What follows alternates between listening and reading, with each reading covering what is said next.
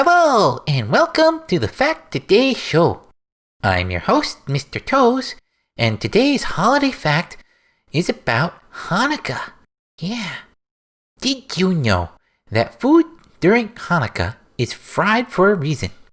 Latkes, jelly donuts, apple fritters, for example, are fried as a symbol for the miracle oil that burned for 8 nights straight. Wow. Man, this holiday is like a dream come true.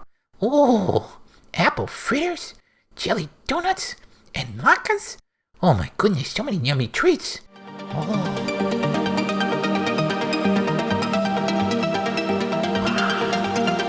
Yum. Ooh. Yum, yum, yum.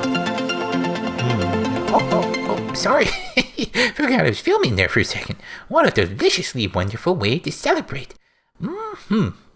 Well, thank you for joining us today, and tune in next time for another exciting episode of the Fact Today Show. I'm your host, Mr. Toes. Happy Hanukkah and happy holidays, friends.